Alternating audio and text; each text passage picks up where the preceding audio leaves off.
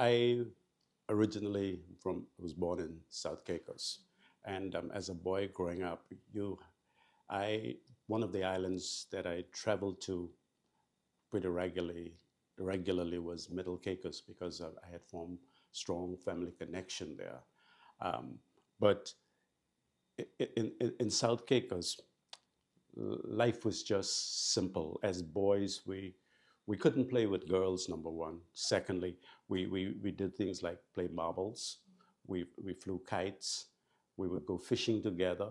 There was more a sense of strong community, right? All the boys basically did things together, and especially those who live in like the same neighborhood. Earlier in my well, during my boyhood days, we didn't have electricity in South Caicos. We didn't get electricity until 1964. So we did those kind of activities, like after school, playing marbles. Of course, we got into fights too. I mean, there was hardly anything to do. But at nights, most of the people on the island had lamps. Um, some had tile lamps, some had the regular oil lamps. Just one or two businessmen had generators which serviced their business or their home, and they would run it for part of the day, but at usually around 10 o'clock at nights, they would shut it off. So we would play around those areas where we had at nights where we had lighting. But by 8 o'clock, you had to be home. And what we would do at nights with boys is that we had what we call a winder. It was a long strip, and we would, like I lived on the hill. We had a group of guys, say the area, the old field, the Gulf, and other areas. When we came together, or we would go down in the Gulf and look for guys in the Gulf and beat them with. So you know that's it. But you had regulations. You could only hit the person from the waist downwards. You're not on the upper parts of the body or the face. So I hardly got any licks because I was a sprinter. So they couldn't catch me. You had to run the guy down. And there was one guy in particular I would always earmark. It was Simeon Seymour. I was telling his son about it incidentally today, how, he was short and fat, so he could hardly run. So we targeted him a lot, right? But those were some of the things that we did during the day. Those were some of the things that we did during the night. And then you had your school to attend to. And one of the critical things was that parents during that day, everyone was your parent. Because I think you've heard the stories that anybody could discipline you. And there were, even if you saw a police in the distance or pastor, you would never, unless you have to, you would find the closest exit because you didn't want to meet that individual face to face.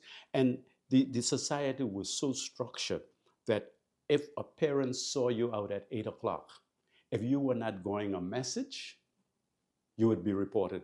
They would report you to your parents because after 8 o'clock, you were not supposed to be seen outside.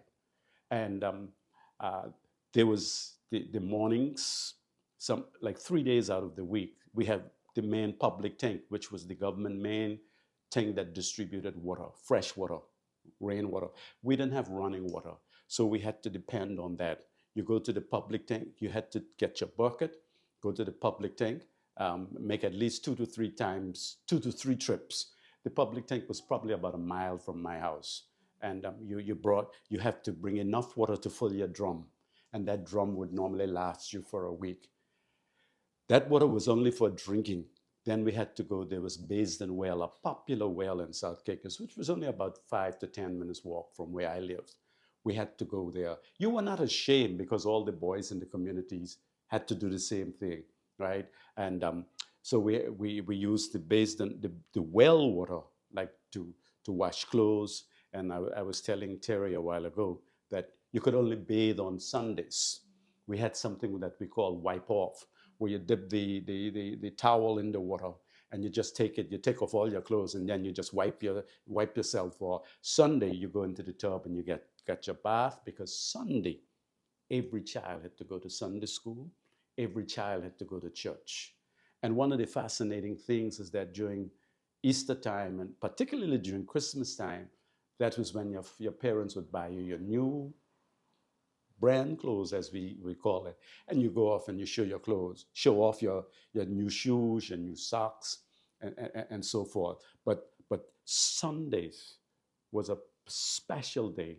That, and that is when your mom cook made a chicken, which was quite fascinating. You had to um, you had to go in the yard.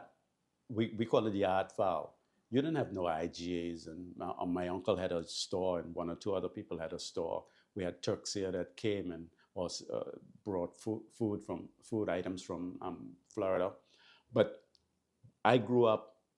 We ate eggs that were from our own fowls or chickens, and we ate a rooster on a Sunday, or once we had sufficient, but we made sure that we had sufficient stock to keep us going.